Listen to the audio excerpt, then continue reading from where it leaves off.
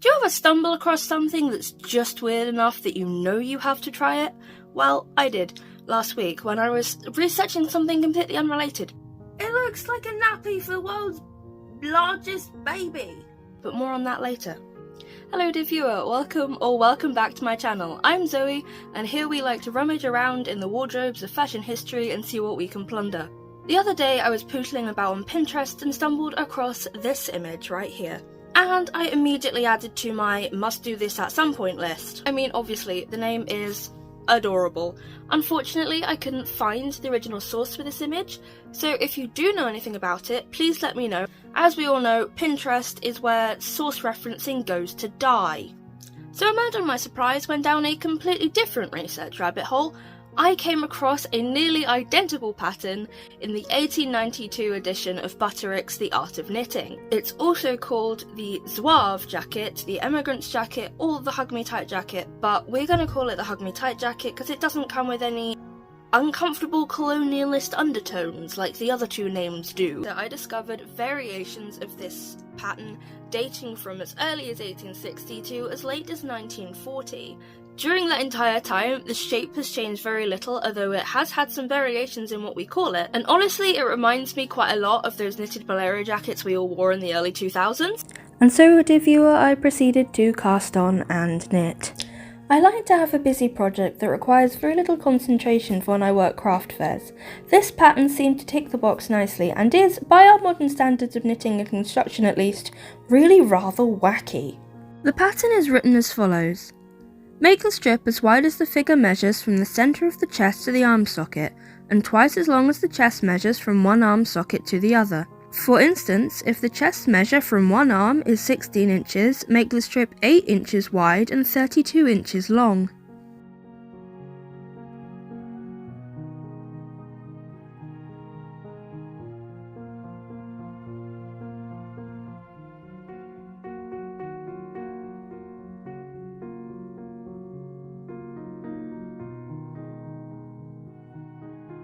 According to the pattern, they did 204 rows. This is 55, so I'm just over a quarter of the way there, according to their measurements. But for me, if I'm knitting the pattern for my size, I'm going to need it to be 11 inches, and it needs to be 44 inches long in total. So I think I'm probably going to have to do quite a bit more knitting, because it has to wrap around the body. The instructions are a little bit vague. I imagine that it's going to make a lot more sense when I have the finished panel that I can manipulate according to their instructions, because at the minute, in my head, I'll admit it's about as clear as mud. The pattern calls for worsted weight on 4mm needles. I did some research and some conversions, but this wool calls for 6mm needles. For some reason, I can't find them to save my life. I can only find 5.5. Just measured my knitting. We are at 11 inches now, so that is a quarter of the way. Still slightly concerned about the yarn quantities, but I figure if it doesn't work out, I'm gonna have a really cozy scarf. Good morning. I just had a rootle through my yarn stash and I found this dinky tiny ball of the same king coal wool that I'm using, and then I found this one which is the same wool but a slightly different colour. So this is going to be my emergency backup plan, and now I'm a little bit more awake. I've been having a think about the Butterick pattern in the page of The Art of Knitting. There's these two patterns for the same vest, one of them where you knit it in a big long strip, and the other one which they call the updated version where you knit it like a T shape. I thought to myself, well, I'm slightly worried that this is a bit too wide, and I am not willing to unpick this and knit it slightly narrower. At the minute it's a couple of inches wider than the pattern calls for, but when I was doing my gauge swatch, this was what the math said, and I thought, I'll be sure, but I was really tired, and I should know better than to try and do any kind of maths when absolutely connecapanned. Actually, the best solution to me, probably, would be to weigh what I've got now, subtract the weight of my knitting needle, then weigh the wool so I can get an approximate idea of whether or not I have enough to do, say, like 2 or 4 times the amount of work that I've done so far. I did the maths. I have used 82 grams of yarn and I have 19 grams left, which is including what's left of the original ball of wool and the extra little bit I just found. Plus I have 100 grams of the unopened skein of wool. Fun thing I worked out, I've knitted 82 rows and I used 82 grams of yarn. After a genuinely concerning amount of time and more maths than I ever thought I'd have to do again, I have worked out a way of not needing to undo my work and not needing to like cast this off and get the T shape, which would then mean that all of my stitches go in the same direction. That is going to annoy me. So what I've decided to do is I am just going to decrease down. So instead of this section here being like a straight line, like in the original where it's just like one strip of the same width the whole way, I'm just going to shape it slightly. And it's not a major delineation from the original pattern. And I think that is probably the best idea to get this darn thing finished, because if I don't do that, I'm going to need to buy another ball of wool, and this is supposed to be a stash busting project. The idea of this is to get rid of yarn, not to acquire more. Is it a slight delineation from the original pattern? Yes. And I feel like the essence of the pattern, the original pattern, is still there. It's not going to be perfectly accurate to the pattern given that I'm using an acrylic wool blend, so it's never going to be period accurate anyway. That's not really the point of this experiment. The point is to enjoy myself, to get rid of some wool, and to make a really weird Victorian knitting pattern that I've stumbled across in my research. We are onto the final ball of wool. I have got to 143 rows. This is about halfway. So what I'm going to do now is I'm going to place my live stitches on another knitting needle, and then I'm going to pick up the stitches from where I cast on. I'm going to continue knitting in the other direction. So I'll just have a little join here, but hopefully it shouldn't look too obvious. The nice thing about this knit is that it's quite like squishy and bunchy, and I don't think you should be able to tell so much. I'm not going to fully cast off just because I am, I'll be honest, a wee bit trepidatious about the actual length we have going on here. It just doesn't feel like a lot, and I know that it will really stretch out, and that the point of this is that it stretches and it hugs you tightly. It's called the Hug Me Tight vest, but equally I'm still a bit nervous about it being too small.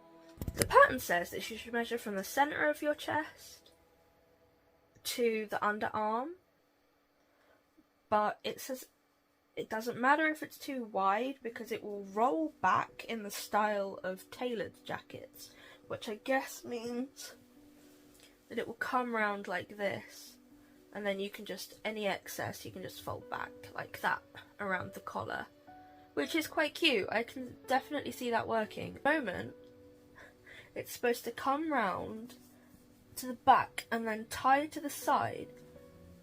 There's not a lot of wiggle room there. So we'll find out. I don't normally work outside the home on Monday, but I covered a shift for someone. My goodness, it is so nice to come home to a nice, simple project, and I'm enjoying seeing how it's turning out. I'm enjoying, even actually, I'll be honest with you, I quite enjoyed needing to do the problem solving and the maths, which are not words I ever thought would come out of my mouth, and I'm sure all of my my math teachers, if you're watching this, I'm really sorry. It turns out math is useful and you weren't just trying to torture me. My apologies. Welcome to trying to work out historical patterns. I don't know if the Victorians just didn't like writing instructions or something, but my god, some of these are vague. And some of the terms are different as well. They don't give you the size of the needles because it hasn't been standardized yet. And they don't give you the weight of the wool. And it's just like what they call worsted weight is not what we would call worsted weight. And there's all other kinds of fun things like that with this pattern book, which I like the research because it tickles all of the corners in my brain that require tickling in order for me not to chew the curtains and become a pain in everyone else's butt. Because I freely admit nobody likes me when I'm bored, myself included. This project is way more challenging than it has any right to be, given I was supposed to be knitting a rectangle. But I digress.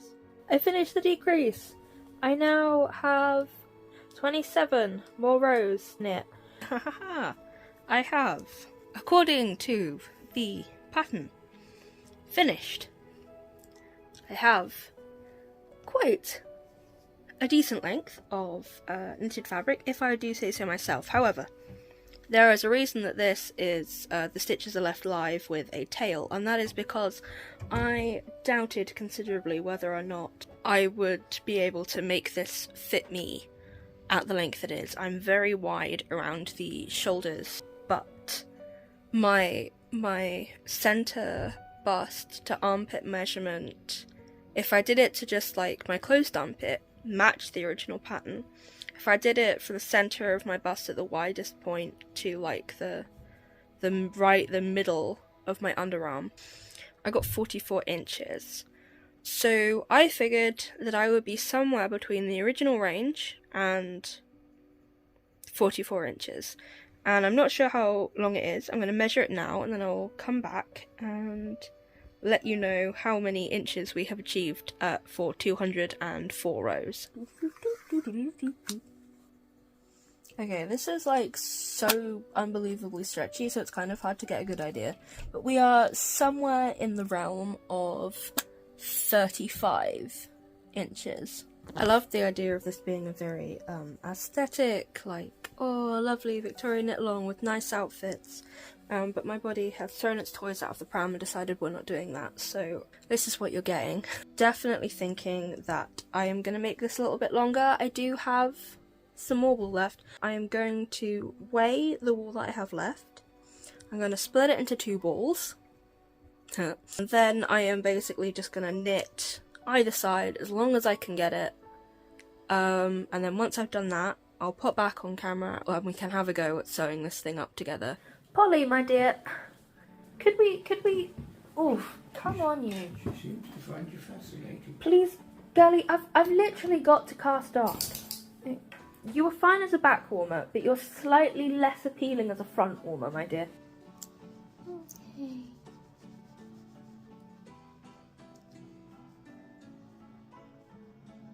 Hey there, Polly Pocket.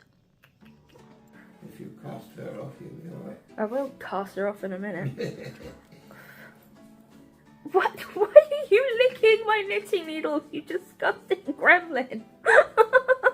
What is this whole tail in my face malarkey all about, hey? That's my arm.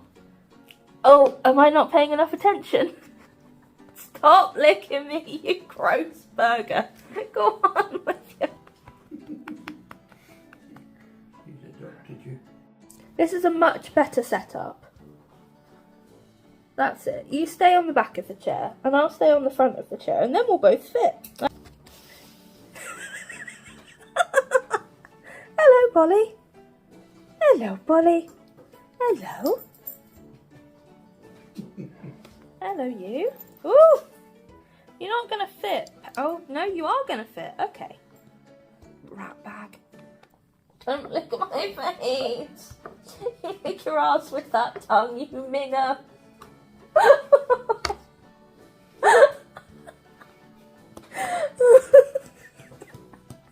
Ah! No, give it a rest. Oh, Polly, you are a creature and no mistake. Go on with you. Oi! We have snow! It's settling. I have no idea. It's certainly coming down though. Goodness me, look at that. I've got to say, if you see this, now it's sewn up. cardigan is not the first thing that would come to mind.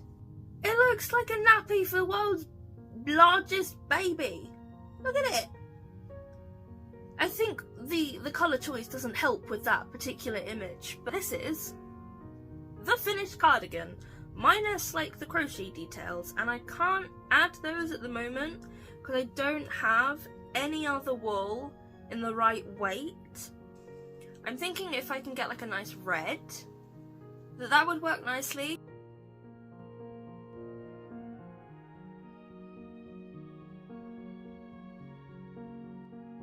I do feel like this cardigan turned out really cute. I definitely would like to add the scalloped crochet edging that the pattern talks about in the Art of Knitting. I think that just like a little scallop would be cute. You can see that with the back of the pattern, I can definitely understand why the directions said to add some crochet to fill in the arms, because if I'd have done them any tighter, I don't think I'd be able to get them on, but I do have this weird like triangle of strangeness going on in the back of my cardigan. Overall, I am really pleased with this project. In hindsight, I do wish that I had just unravelled and started again at a narrower number of stitches, maybe like the 35 that I ended up decreasing down to, but I didn't, and that's okay. It was a learning process, but yes, definitely I think in order to match the pattern, it needs to be narrower here, because I am getting more of a sleeve looking situation than on either of the original images, and I think I could do with it being a bit longer, because at the moment I can tie it in the front, but I definitely would not be able to get enough material. There's just not enough like give in the knit to have like buttons or something. This bow is fighting for its life, I'll be honest. It is definitely like a hug. It definitely hugs you tight. But I do feel like because this is such an unusual pattern in terms of shape for this era, I feel like it's got quite a timeless silhouette, so it doesn't necessarily read as a Victorian pattern, which I think is quite interesting actually. I would definitely recommend this pattern. I would recommend taking your measurements at the midway point between here and right under your arm, because I feel like while I do appreciate the warmth on my shoulders, I would maybe have appreciated a slightly longer rectangle to work with. But you win some, you lose some. I got 2 and a bit balls of wool out of my yarn stash. I made a reconstruction. I hope that you enjoyed this video. If you did, please leave me a comment, let me know what you enjoyed. If you make this pattern, I would absolutely love to see it. It is a bit of a strange one, but I'm really pleased with the results. I think it turned out quite fun, and I have every intention of making another one. I have some quite exciting content coming up in the next month. I have some more seasonal videos, and I'm going to be doing Craftmas, a little inspired by Engineering Knits, who's one of my favourite YouTubers. I'm going to be doing it as short form videos primarily, so I hope that you will join me for that. You've already seen a little sneak peek of one of the wacky Victorian Christmas decorations that I've found on one of my little rummages through the archives of knitting patterns from this era. I have some fun little Christmas ideas from the 1890s coming up, and some slightly older ones as well. Some of them are going to be knitting, some of them are going to be sewing. We've got some papercraft, we've even got some gilding, which is going to probably be the weirdest thing I do in the lead up to Christmas. I don't actually really celebrate Christmas per se as a religious holiday. I really enjoy seeing how Christmas has changed throughout history. So I'm going to do a little bit on some Christmas history, and if you would like to see that, please give me a follow. It's always fun when someone joins our band of internet adventurers and delves into the wardrobes of history and has a jolly good rummage. So thank you very much for joining me, and I will see you at some point for another video.